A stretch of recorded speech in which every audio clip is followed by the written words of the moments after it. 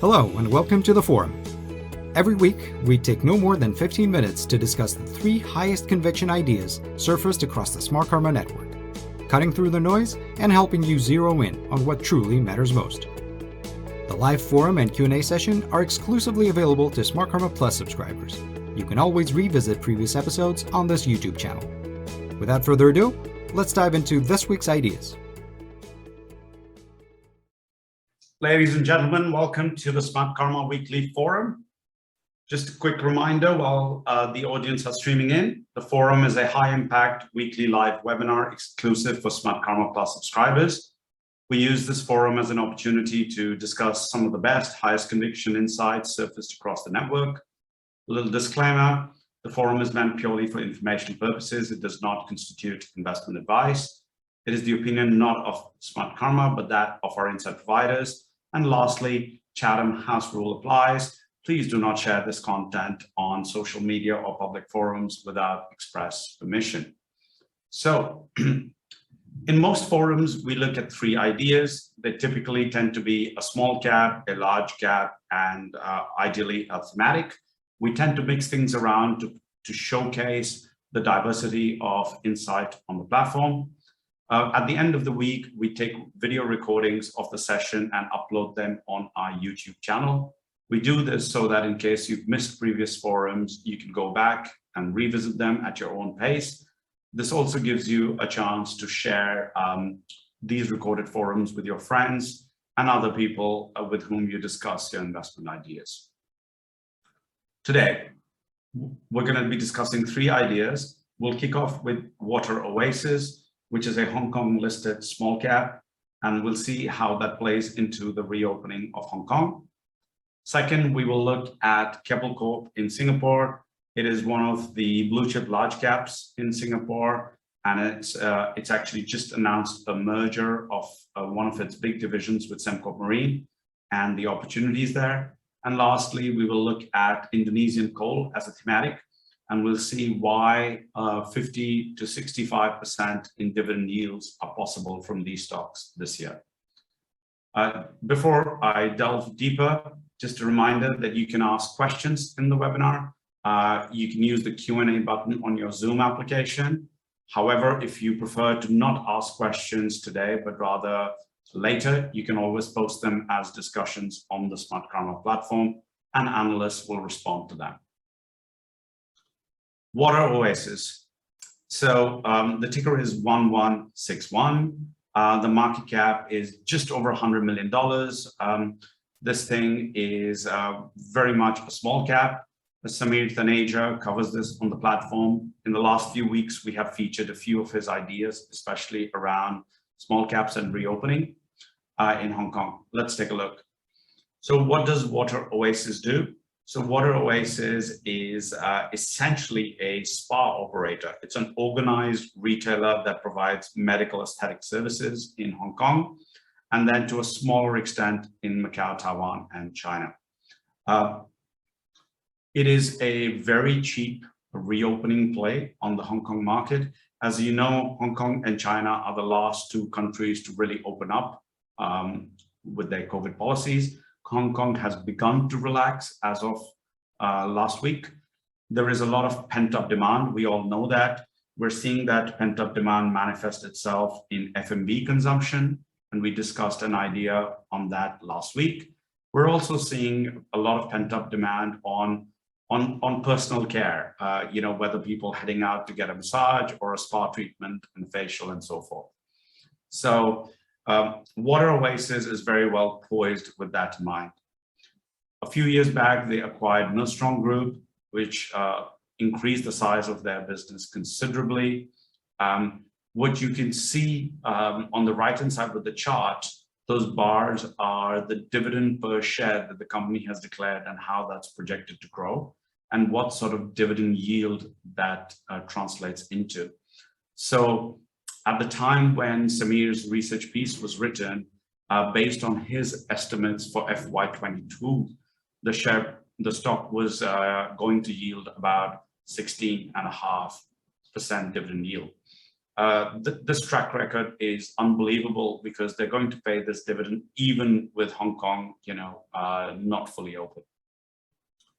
There's a lot of cash on the market cap, nearly 40%, and they also have an 80% payout ratio. So there's quite a lot of comfort and support in that money being actually distributed to shareholders. All in all, this is trading on about 5.5 times PE. The stock could certainly trade up to 10 times, which would still be a fairly cheap multiple given the growth we're seeing, which means that over the next year, there's about 125% upside on just the share price. And top of that, you're getting about 16.5% in dividend this year and 23% next year. So that's the first idea. Moving on to the second one, Keppel. Now, Keppel is a $9 billion plus market cap company. It's listed in Singapore. It's one of the blue chips. And the reason we're looking at Keppel Corp today is very much an event-driven angle. It is linked to the merger of Keppel's offshore marine business and Sembcorp Marine. And Travis Lundy has covered this on the platform. In fact, he's published several insights on it recently. I'll just bring them up before we go deeper.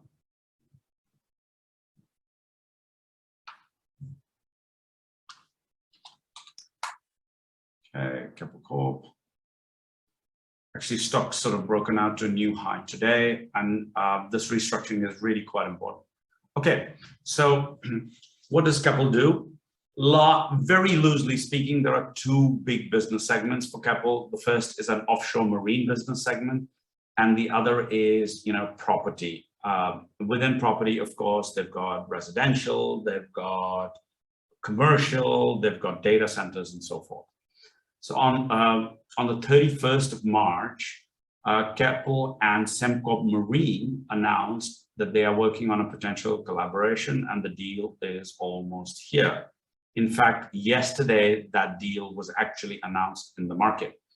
What's happening here is that Keppel is spinning off its offshore marine business, its energy business, which is going to be merged with Sembcorp Marine, and it listed in a new company. Keppel will end up owning a dominant chunk of that company, as well as Sembcorp Marine. And Temasek would be another big holder in this particular business.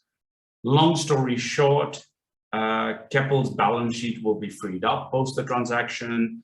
They're actually getting a very good swap ratio in that transaction, which is why the stock is up 6.5% on the news today.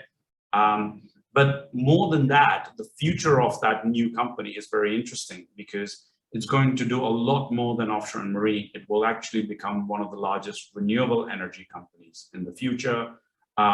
It will really transform, and we're already starting to see that because Sembcorp Marine has started winning orders for wind turbines, for instance.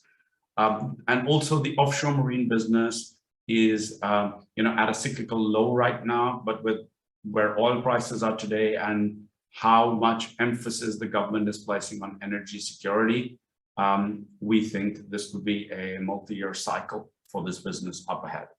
So I'm going to leave it at that. I would strongly recommend that you spend some time looking at these 3 pieces of research that have been published in the last 2 days to get into the details of the merger and why Keppel is the best way to play it. I'll move on to the third and final idea. This is Indonesian Coal. This was actually the most read insight on the platform last week.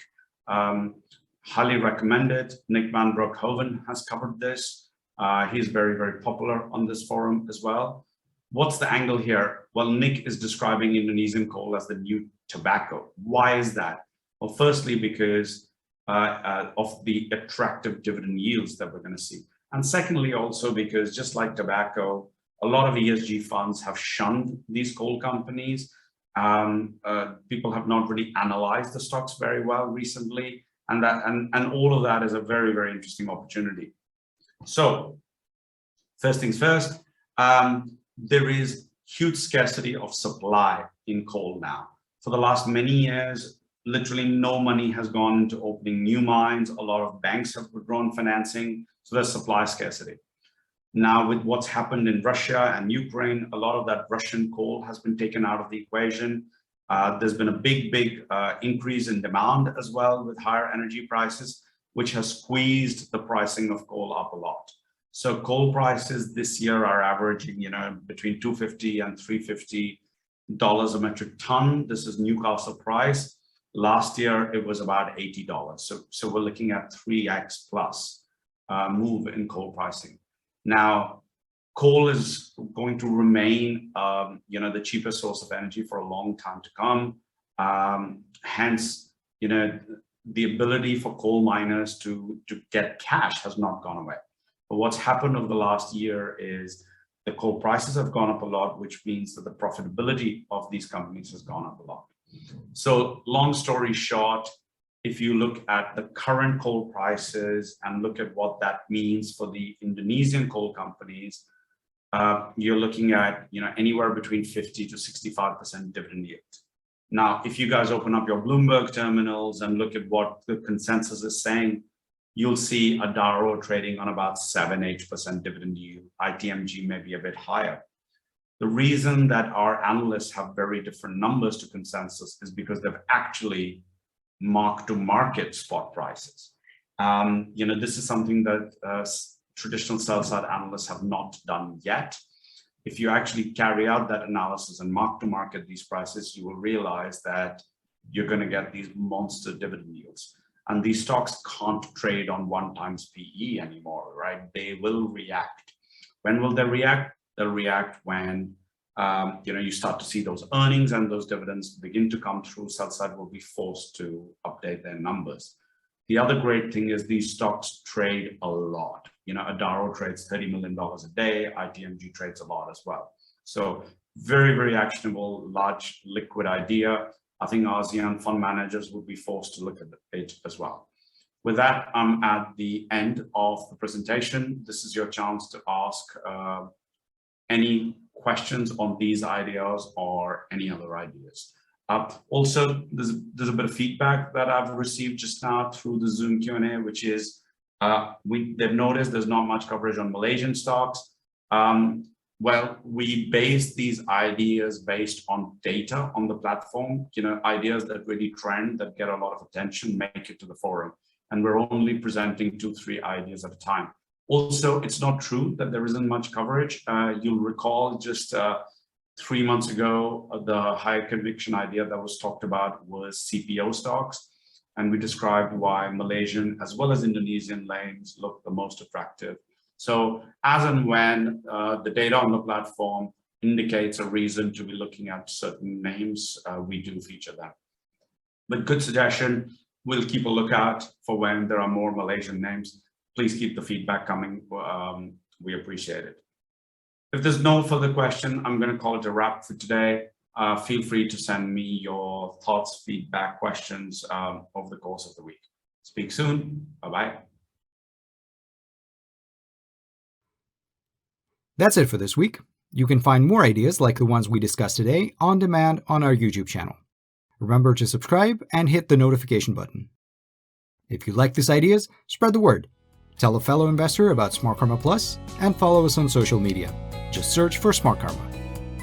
And of course, don't forget to visit smartkarma.com for more independent, differentiated investment insights. Thanks for watching and see you next week.